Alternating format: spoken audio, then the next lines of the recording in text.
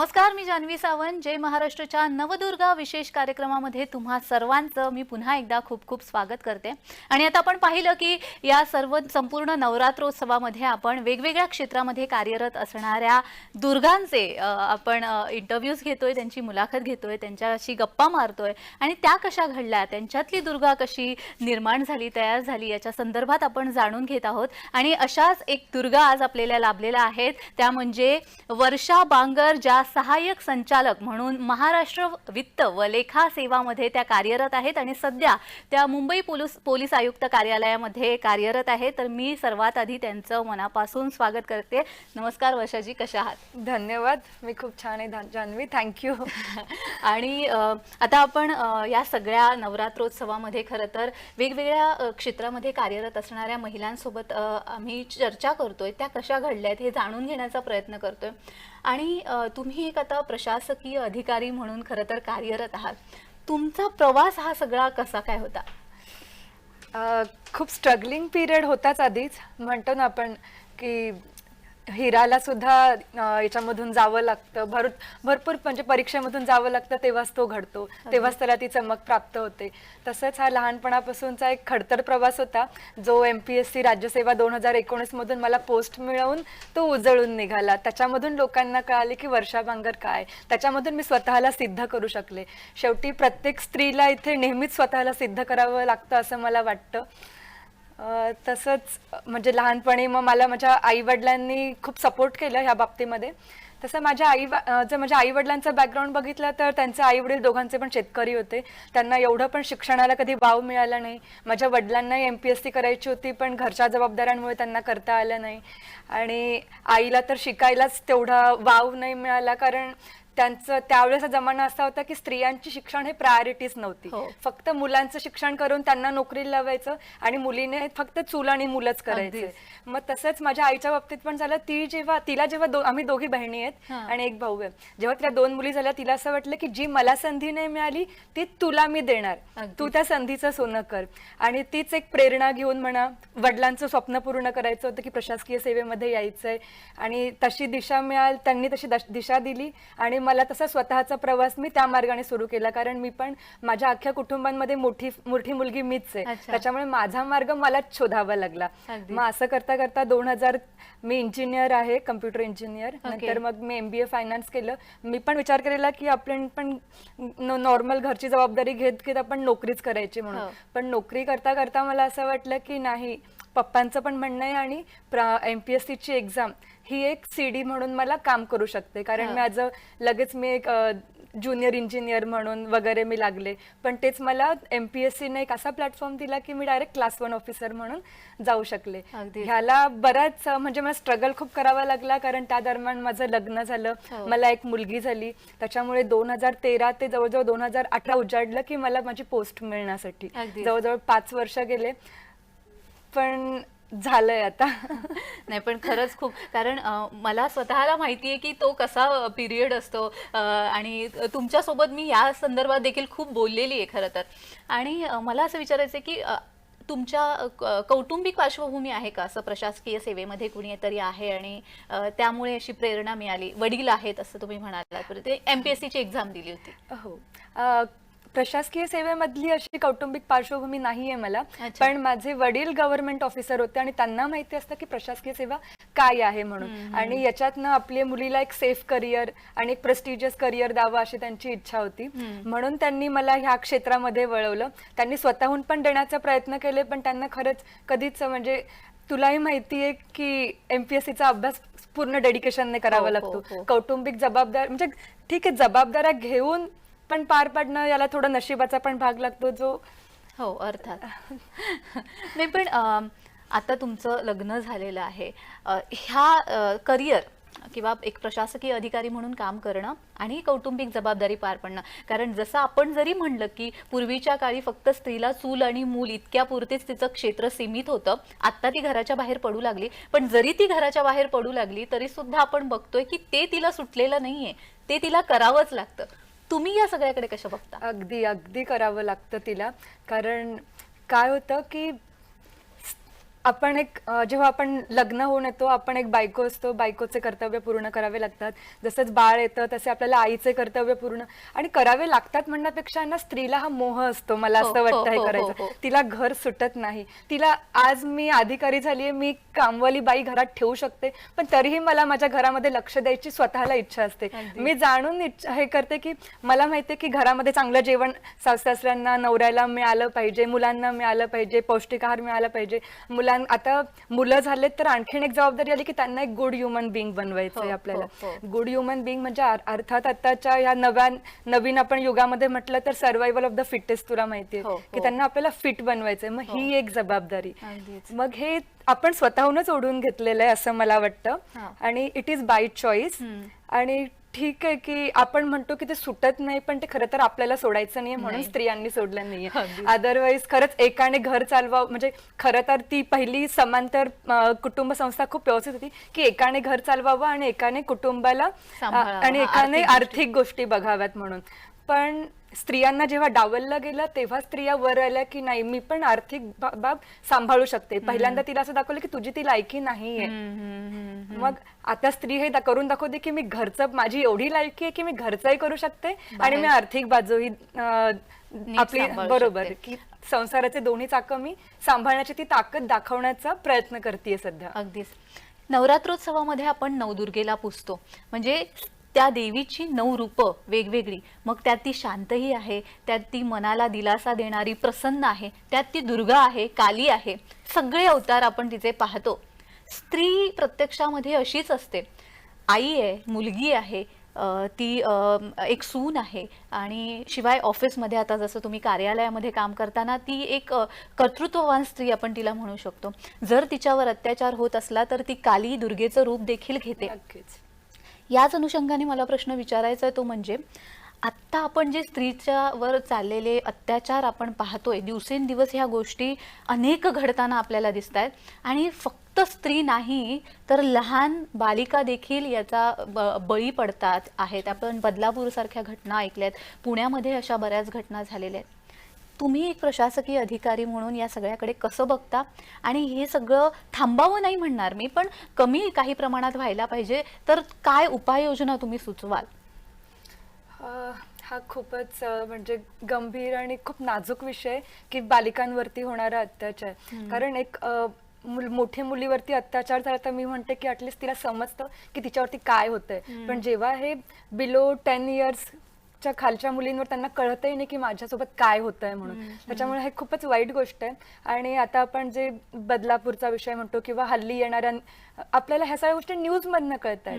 असं नाहीये जान्हवी की आपण याचा कधीच म्हणजे आपल्यावरती हा प्रसंग कधी आला नाहीये म्हणून, पण आपल्या आई वडिलांनी किंवा आपण आजूबाजूला जो बघितलंय की त्यांनी दाबून ठेवल्या गोष्टी की लोकांना कळेल आणि आपली बदनामी होईल म्हणून. मी याच्याकडेच येणार होते. हे कितपत योग्य आहे? कारण आपण त्याला, मग तसं बघायला गेलं तर आपण त्याला खतपाणीच घालतोय ना, कुठेतरी दाबून.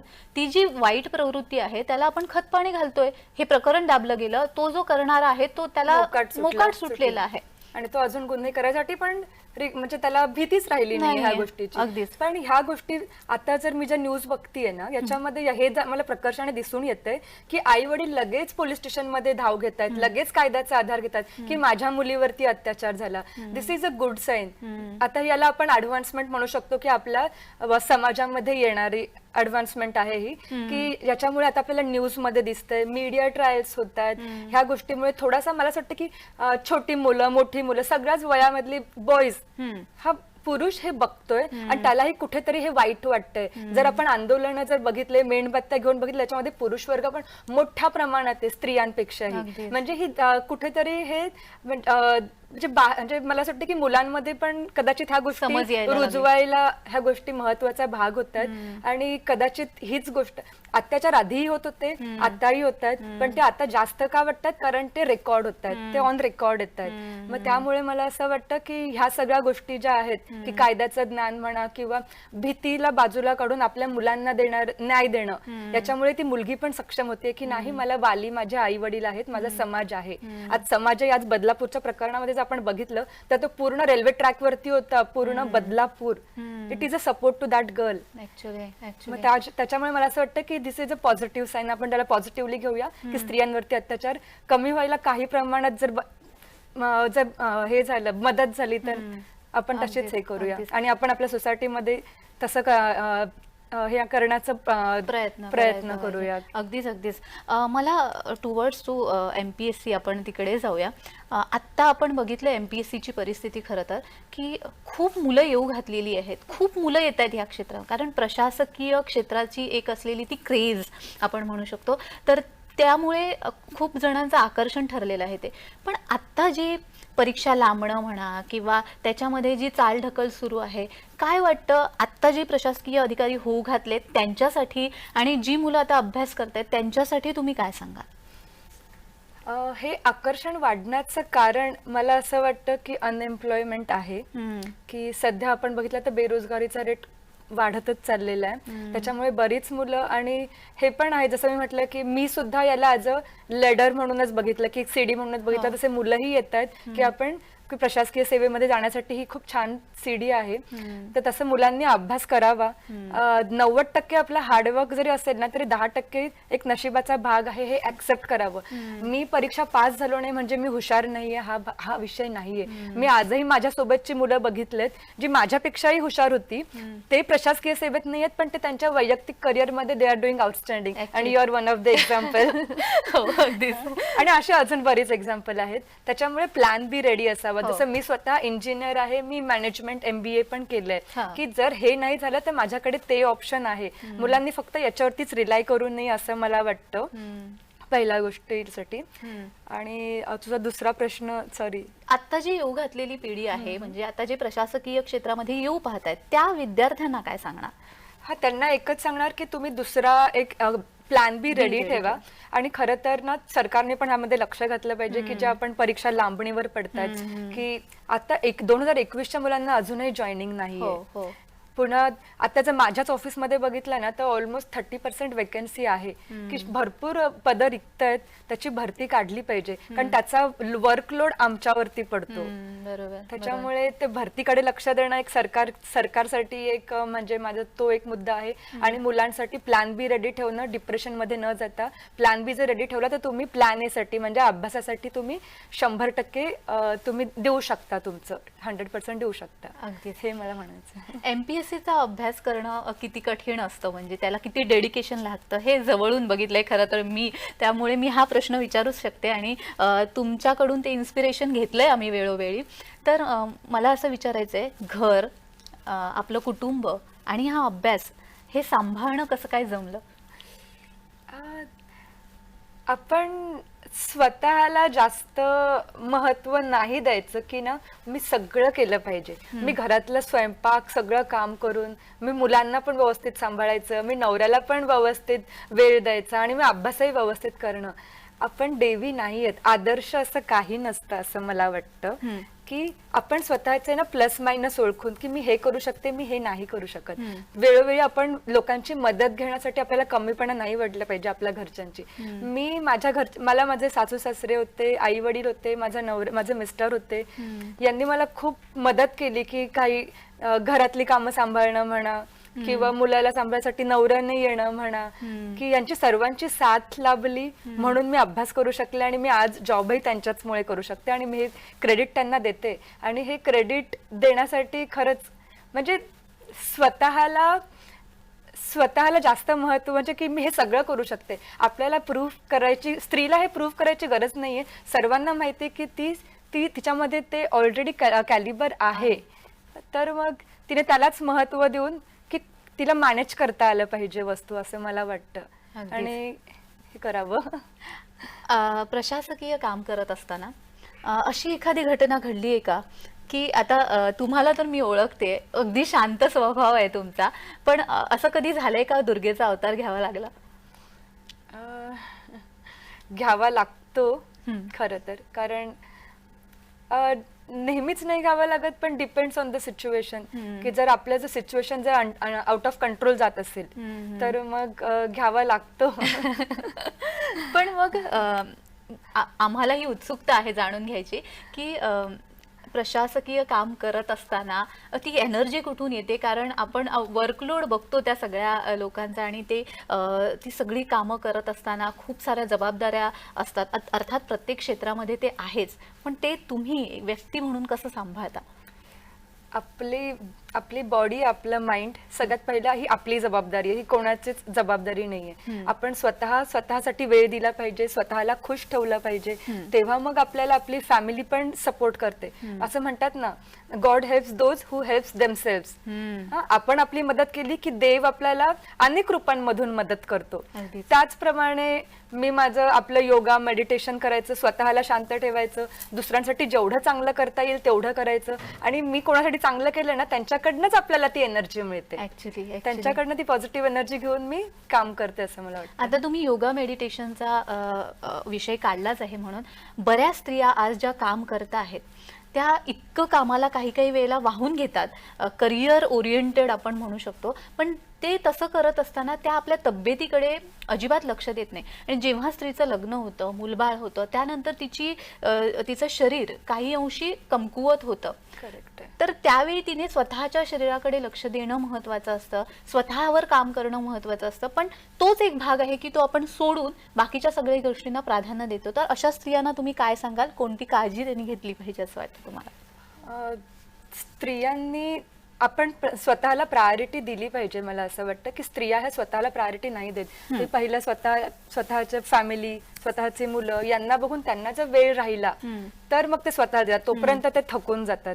मग याच्यामध्ये दिवसाची सुरुवात करताना सगळ्यांच्या आधी उठून मला असं वाटतं की स्वतःला अर्धा एक तास दिला की एक म्युझिक थेरपी असते, मेडिटेशन थेरपी असते, ही स्वतःवरती पहिली आणि आपण हे लक्षात ठेवायचं की आपण खुश राहिलो तर आपण बाकीच्यांना ते आनंद वाटू शकतो. त्याच्यासाठी आपण ते काम करायचं की आपल्याला आज कोणाकोणाला 10 लोकांना खुश ठेवायचंय किंवा ऍटलीस्ट 5, पण त्यातला पहिला मी आहे. अगदीच. हे खूप महत्वाचं आहे खरं तर, आणि स्त्री म्हणून आपण तेच विसरून जातो.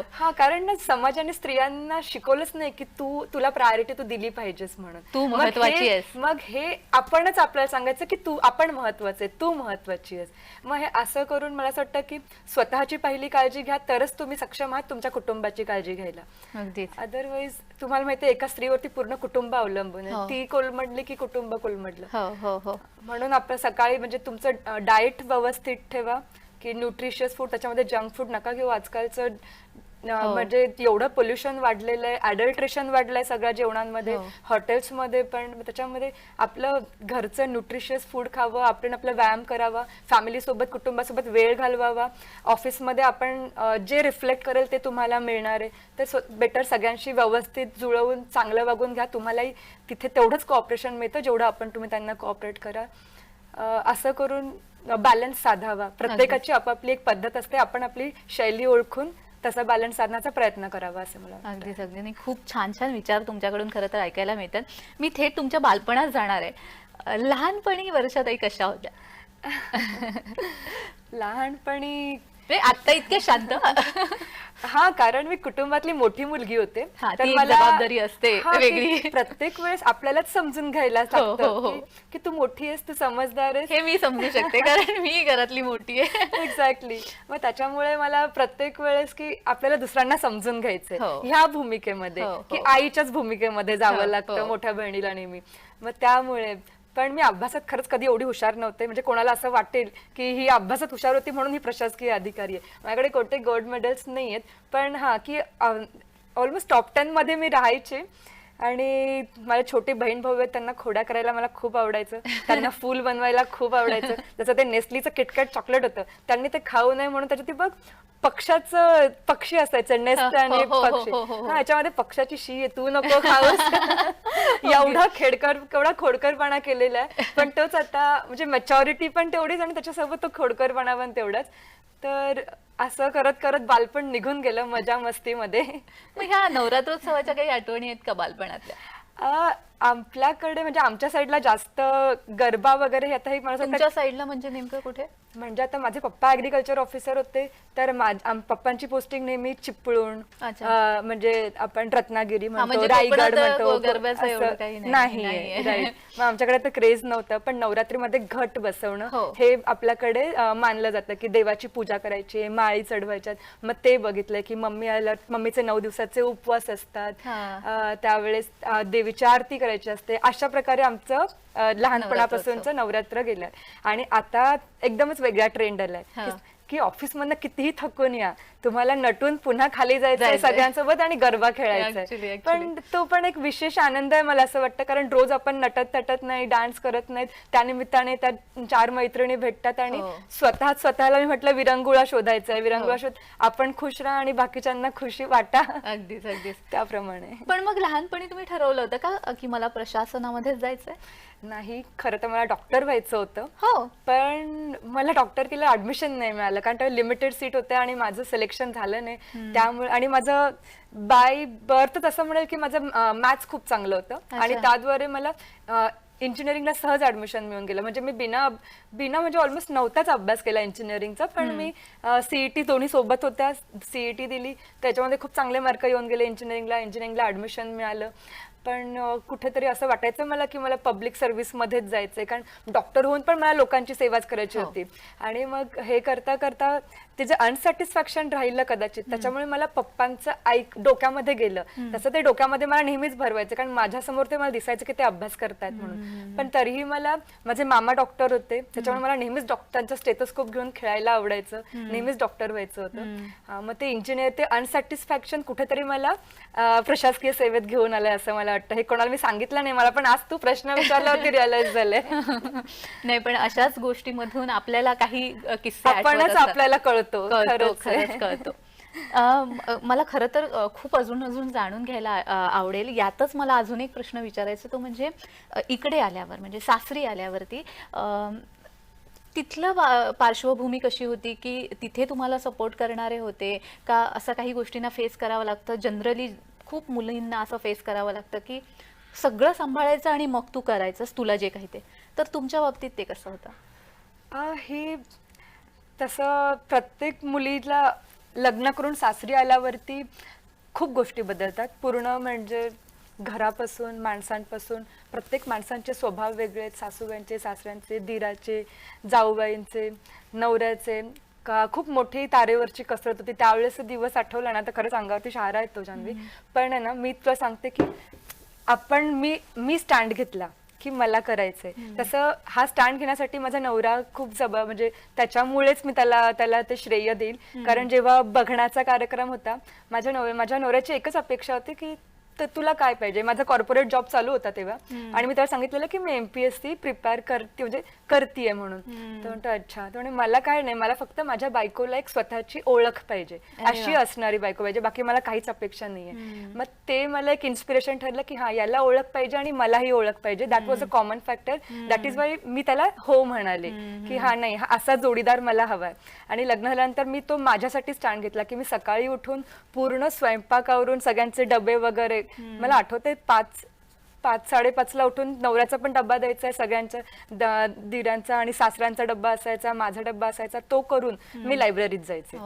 आणि त्याच्यासाठी माझ्या नवऱ्याने मला साथ दिली. लगेच लग्नानंतर 8व्या दिवशी मला लायब्ररी जॉईंट होती मुंबईमध्ये. नाही, कारण खरंच तो सपोर्ट खरं तर महत्वाचा असतो. म्हणतात ना की प्रत्येक यशस्वी पुरुषाच्या मागे एक स्त्री असते, तर त्या स्त्रीच्या मागेही एक पुरुष असायला लागतो, तर ती यशस्वी होते असं आपण म्हणू शकतो. खूप मजा आली खरं तर मला बोलताना, आणि खूप साऱ्या गोष्टी आपण प्रशासकीय विभागातल्या सुद्धा जाणून घेतल्यात. वर्षाताई, खरंच खूप धन्यवाद तुमचे. तुम्ही आम्हाला वेळ दिलात आणि इथवर आलात, आपण तुमच्याशी बोलू शकलो. नाही, थँक्यू. मला पण आनंद झाला तुमच्या प्लॅटफॉर्मवर येऊन ह्या गप्पा तुझ्याशी मारताना. Thank you so much. तर येस, ह्या होत्या वर्षा बांगर, ज्यांच्याशी आपण खूप छान अशा गप्पा मारलेल्या आहेत आणि आजच्या भागातल्या या आपल्या नवदुर्गा आहेत. धन्यवाद.